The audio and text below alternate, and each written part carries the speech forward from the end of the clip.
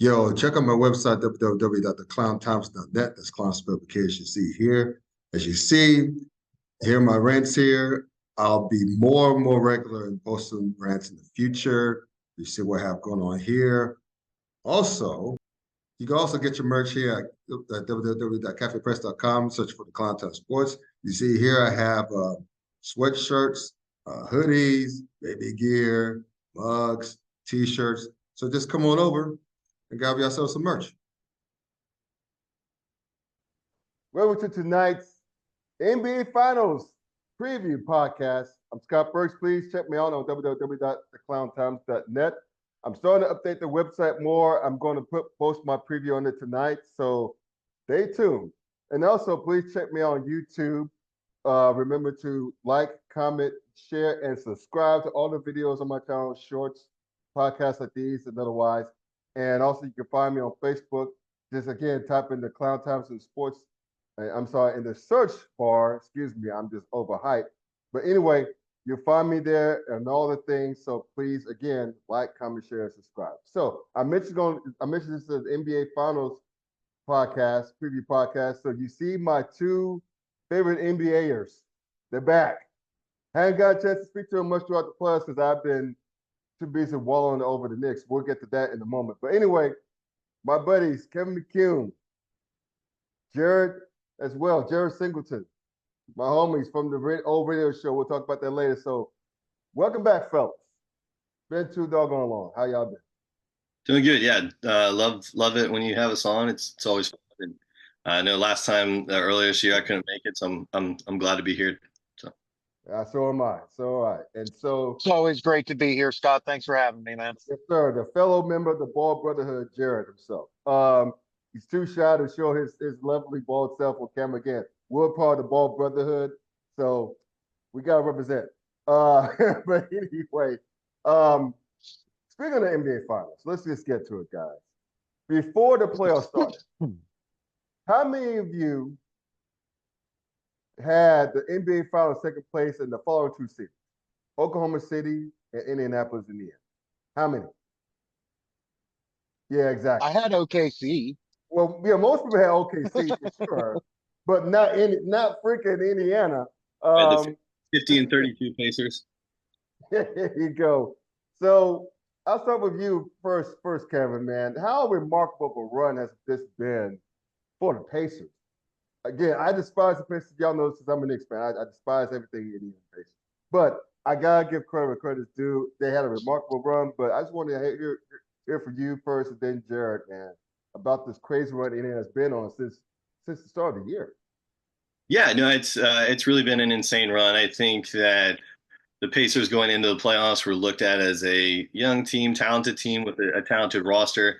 I don't think anyone really expected them to make any noise. I think Boston was far and away, I think, a favorite in the East coming into the playoffs. And, I think the Pacers, though, I think they've just shown their mettle in terms of two games where they come back from 7-point deficits with less than 50 seconds to go, and to win those games. I think it was it 40 seconds or 48 seconds left against the Cavs. I think that was game 2 of that series, and then I think it was game 5 against the Bucks. There was 40 seconds left, so. Do it twice in consecutive series in the same playoffs. And then game 1 against the Knicks. Don't remind me. Sorry. 14, I think with 2:51 left, and ended up coming back and winning that one in overtime. So just a team that has really shown heart and no quit throughout. I think the organization in general, starting with Rick Carlisle, I think very you call it a blue collar mentality, I think, and I'd say that just because as wherever you fall in the Halliburton debate, the guy's kind of corny, this and that, isn't quintessential superstar, isn't in that, I don't think there's a lot of people rushing to throw him in their top 5 list in the league, right. But just the starting 5, and then they got a few guys on the bench too, just incredible depth, all of them in double figures, and then I'll get off the soapbox here in a second, but the one I think crazy thing when I look at the Pacers and the playoff run, if you look at all their key contributors, really outside of Halliburton, like their 3-point shooting percentages are higher Crazy. really than where they were at their age in the regular season Right. by quite a bit. And yeah, I think maybe outside of Siakam, who I think he was 40% in the regular season, and he's been around 40% in the playoffs as well. But the rest of these guys are shooting at, I mean, we're not talking like 7% higher. We're talking like double figure percentage points higher from three than where they were in the regular season.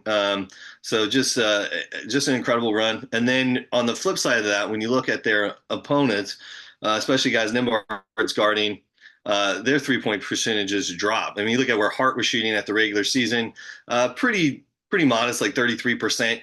He shot 18% during that series against the Pacers. So they're really doing it on both sides of the ball, and it's been an incredible run for them. Yeah, and you know what? I still have nightmares about Game 1 of the Eastern Conference Finals. We'll get to my Knicks later on, but yeah, I'm like, as soon as that happened, I was like, it's over. It's no way. This is the Indians world, and we all except for OKC live in it. So, Jared, what are your thoughts on the Pacers? This Pacers run since January 1st, essentially. Generally in the playoffs,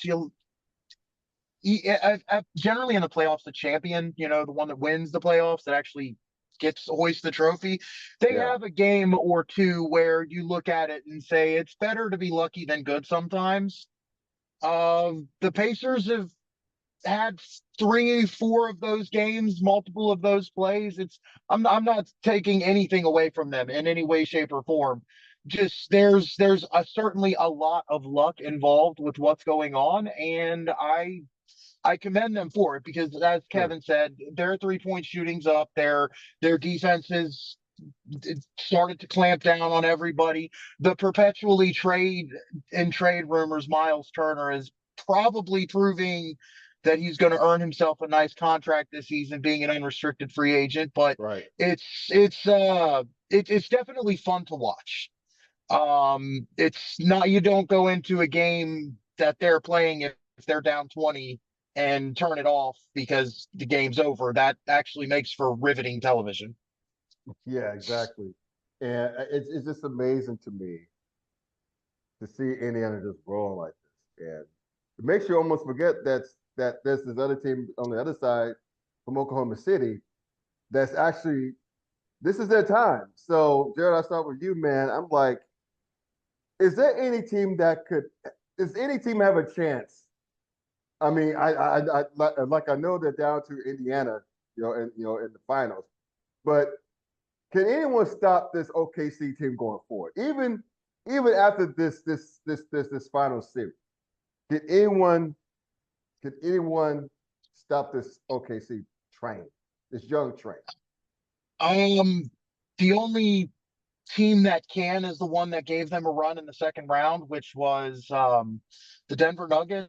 And that's mainly because Nikola Jokic is kind of inevitable, and he almost showed Oklahoma City just how inevitable he is this year. Took him to 7, and you saw they ran out of gas. I mean, you're going to have that. But if there's a team that, as currently constructed, it would be Denver. I mean, there's a lot of ways that this can go. I mean, it depends on where Durant goes this offseason, because I kind of assume he's not going to be in a Phoenix Suns uniform next year. Giannis up in Milwaukee, we don't know what's going to happen with him, and I don't want to play the game of where can they go or anything like that. But it's very interesting to see the Lake. I'm curious to see what the Lakers do next year, and I think if they tinker properly, Luka and LeBron probably could slow them down, but they can just do so much. But eventually the bill's also going to come due too. They're going to get expensive quick, and I'm curious to see if their process of drafting players late in the first round is as good as it is at the front end of the first round. Yeah, because who's under? Because I know SGA, he signed his extension already, right? SGA has signed his extension. You've got Jalen Williams. Both of them are going to be coming due Oh, I should have had this in front of me, but I That's don't. okay. That's And all they're right. coming due in 2 years, and Mhm. no, they're coming due next year. After the Oh, end of next season, they'll be restricted free agents, and then you've got Chet coming the following year. wow. So it's going to get expensive quickly, but they have a horde of draft picks to Mhm. replenish with. It's just those aren't going to all be in the top half of the first round. Yeah. Uh, I mean, Kevin, how does OKC do it? Like, sure, they got away from tank, but like they got away with tanking, and they got all those treasure trove of draft picks. But you got the trade for SGA. You had, other trades that helped to get to this point. I mean, Paul George, they had an article on ESPN about how he was the basis of both the trades that helped, two trades that helped OKC get to this point. But can they, to Jared's point, can they actually sustain the success given financial restrictions that's coming down the pipe? You know, and I'll admit humility here. Jared's definitely more adept in talking about salary cap and limitations and stuff than I am. But you're gonna have some super maxes and stuff coming up here, and I mean, like Williams was a 12th pick in the draft out of where did he go? Really small school. Mhm. And for him to be what he's become, I mean, it's just gold, you know. And they've drafted really well. I remember when they drafted Williams. I remember on draft night, I'm looking, okay, they're taking this 6'4", 6'5" guard, Santa Clara. That's where they just from out of Santa Clara. Okay. And I remember thinking that it was kind of redundant based on some of the guys they had then. I think they might have already had Dort at that time. And I Mhm. think he was kind of starting to emerge. And lo and behold, you look at where both those guys are now. No discredit to Dort, but but I think front office wise, I mean, they've built an incredible team, and both of these teams have. And I think if you look at roster construction, I think a really cool storyline in these finals that both I think are very similarly built. Um, but I think it starts with the front office. They acquired talent, and I think drafting in the NBA, it's not like the NFL where the NFL is not an easy place to draft either. But I think the NBA is even harder. I think you get past those first couple picks in the NBA draft, and it's kind of a crapshoot, and you're hoping that you hit a Kawhi Leonard at number 13 or 14, or I had 15 wherever Kawhi was drafted. You're hoping you're hitting something like that, and they definitely did that with Williams, and even trading uh, for uh, Shea Gilgis, sorry, brain fart. Yeah. Even trading for him and the Paul George deal. I mean, you guys can correct me if I'm wrong here. I'm pretty sure he was. What was he? What pick was he in that draft? I think like ninth.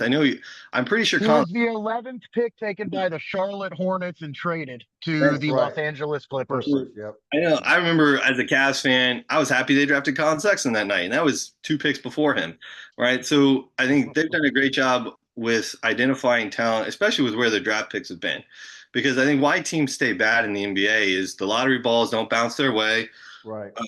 and then I have such a soapbox about that, but go on. I'm sorry. once that happens, right, they can't find talent later down in the lottery. And Presti and Oklahoma City, they've been really, really good at being able to do that. And I think that's why they're at where they are now.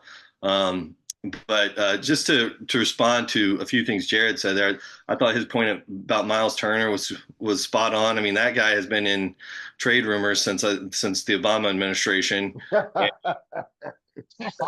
Seems like it. and is held on. True. And and here we are.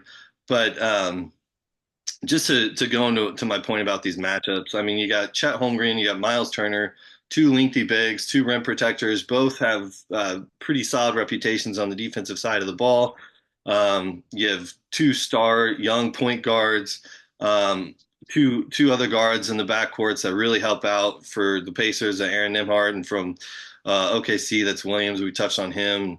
Um, I think the roster construction of both these teams is very similar, and I think it's definitely going to be be an exciting matchup. But yeah, to your point, Scott, and to your question, I think they've just drafted really well. And whether that's luck or whether that's pinpointing guys, I tend to side with the latter because they've done it so well. And then it's not like these guys have been the top picks in the draft, right? It's not like they're drafting number one overall every year. So Yeah, I just don't understand. I just marvels, Jared, as to why. I mean, how OKC drafts well almost every single damn year, and I almost think every it's other NBA team gets it wrong. I think like Kevin said, Mhm. I think they draft a little bit differently than the other teams. I don't necessarily think they draft for, I don't want to say need, but they identify. I feel like what their idea is, and it's just if you watch how Sam Presti has drafted throughout his 18-year tenure, starting in the Seattle as GM of the Seattle Supersonics at like 24 years old. He's always drafted a similar archetype. There've always been, no matter what position they came out of college in, they've always been big.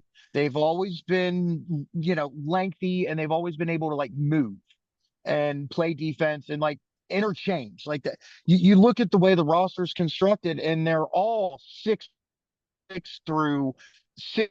It's a We're going in and out. You're going in and out. Oh, that's fine. While I get reconnected, let's just wrap this section, this NBA Finals section, on our predictions. Who you got in the finals? Me, I think it's gonna be a competitive series. I think both teams have to get up and down the floor. OKC is obviously the best defensive team in the league this year. Both teams are very deep. So I think it'd be exciting as hell. But I think OKC, to borrow first from Jared, is inevitable. As led by SGA, they're inevitable. I think this is their time, and they're going to finally cash in all those picks and wheeling and dealing from Sam Presti. So I have the Thunder, Kevin, at 6, competitive 6, but yeah. 6. The one interesting thing will be if Indianapolis can steal, Indiana, if they can steal a game, Right. if they can steal a game here, and as you know, in OKC, that would be interesting. The last time that OKC lost a home game to an Eastern Conference team, did you hear this? March 12th, 2024, against the Indiana Pacers. So it's been well over a year since they've lost a home game to an Eastern Conference team. They'll have the opportunity to do so here in the finals if the Pacers can steal a game. I definitely agree with both of your assessments in terms of saying OKC is inevitable. And I think they definitely show that here in the first few rounds. Anthony Edwards looked like a shadow of himself first game against them. Just listless. And then, in the series against Jokic, Jokic did everything he could to shoulder it, just not enough depth. And we're talking about a Denver team that has a decent amount of depth comparable to a lot of NBA teams. And OKC just keeps coming at you and keeps coming at you. I think just how they're constructed, I think Holmgren and Hartenstein inside against Turner and Siakam, I think that's going to be a really fascinating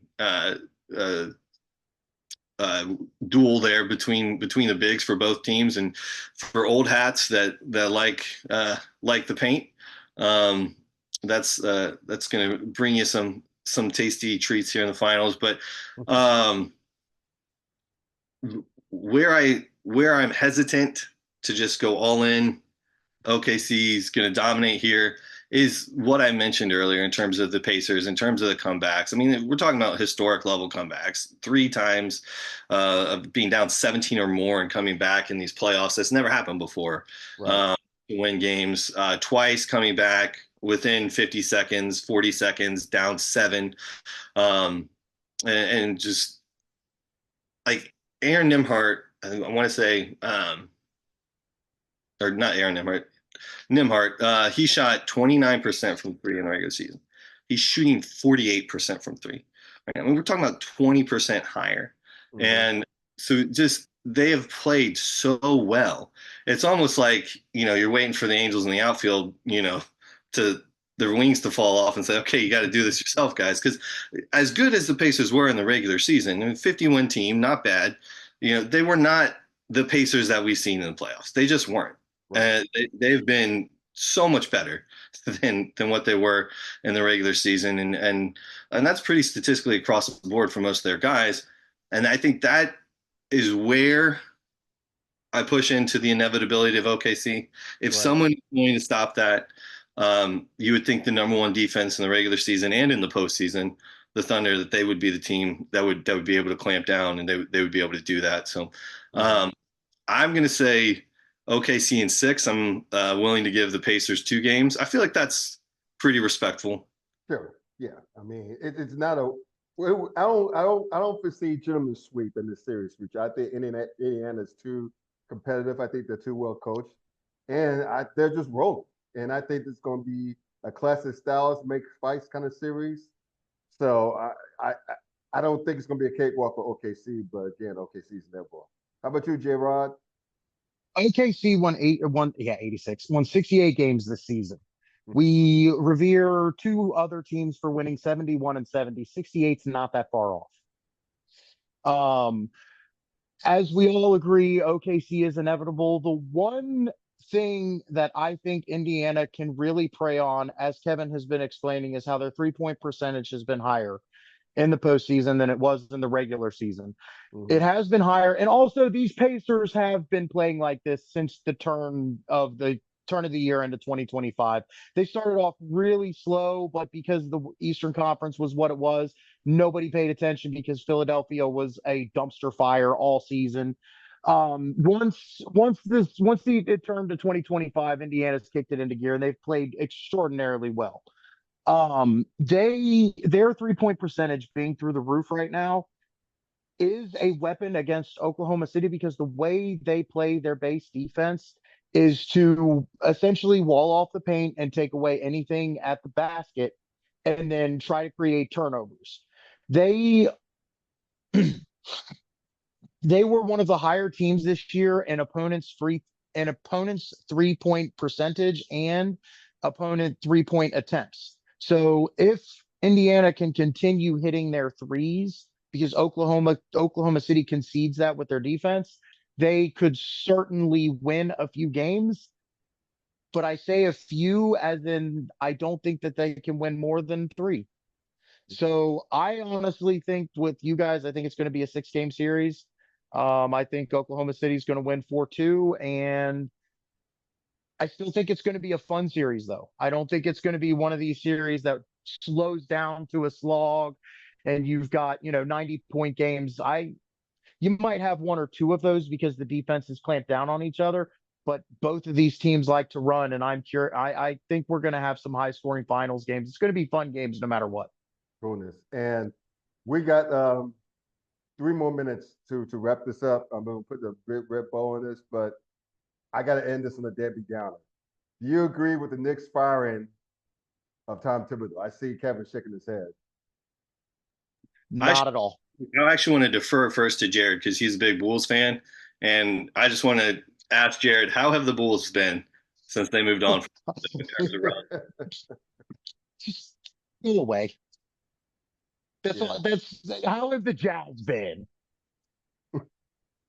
Hey, let's give Tom Thibodeau his next shot. I know the Jazz just signed their coach to an extension after their 19, jewel of a 19-win season. But I'll take Tom Thibodeau. Yeah, most teams would. I mean, here's my thing, fellas. I was shocked but not surprised. And this is why I say that. I was shocked because Tom Thibodeau has led us on our best run in almost 20 years, right? I think 5 years in the playoffs, back-to-back years, at least make it to the conference semifinals, made the conference finals this year against the same nemesis, the Indiana Pacers. They're making the Indiana-New York series matter again as far as playoff rivalries. And the team, his players respect the hell out of him. I just think that I'm not shocked. It's because I think what happened was their general manager or basketball president of basketball operations. I forget his name. He's a former agent. Leon Rose. Leon Rose. I think he was disappointed in the fact that Tom Thibodeau ran his players to the ground, playing all his minutes, didn't develop much of a bench. They wore down doing the Indiana. Aside from them choking away game one, Indiana wore them down, and you could see in game 6, and, in the clinch, they just wore those boys down. And Tibbs, as great as the coach he is stubborn as hell. Again, those developed his bench and didn't deviate much from a game plan. I mean, Indiana kept beating them down the floor because no one had the discipline on the outside to get back to stop those easy buckets that Indiana was getting. That's what broke the game open. This broke our spirits. But that's why I say I'm surprised but not shocked. Now, I don't know who the hell we're going to get to coach them. If it ain't Mike Malone, I'll be disappointed. Oh, dude. So you want to go from Thibs to Malone? They're like, not to say they're the exact same coach, Sure. but they're so similar of coaches. Sure. Like, is that what you want? You want to keep the status quo, or do you want to actually shake up? I just want we have a championship made roster. I don't want an up and coming. I guess that's what I'm trying to say. I don't Bring want back an up and Jeff coming. Van Gundy. That's a good one too. He Yeah, knows he knows it. He's a great basketball mind. Yeah, and they were respected. To your point. Yeah. Sorry. I think in defense of both your guys' points, and I'll be quick. You fire him, you have to think you have somebody in mind, and really the only name that's out there, in terms of recent success that hasn't been sitting out for a few years, would be Michael Malone. And if that's not the guy, yeah, bringing back Van Gundy would be a huge coup. I know, I've seen it on social media and other things. Pie in the sky is Jay Wright, because of his familiarity with the Villanova guys. I don't think he would do it, No, I don't want a college coach. In terms of just big name rumors and connections to Brunson, I've seen that thrown out there. I think he's happily retired. I don't think he's going to want to go to the pro game, especially at his age. But the Knicks have to have some name in mind, I would think.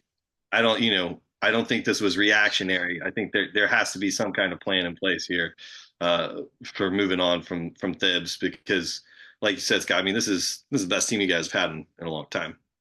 Yeah, since I was in college. You know what I'm saying? It's since the mid 90s. Well, I should say late 90s.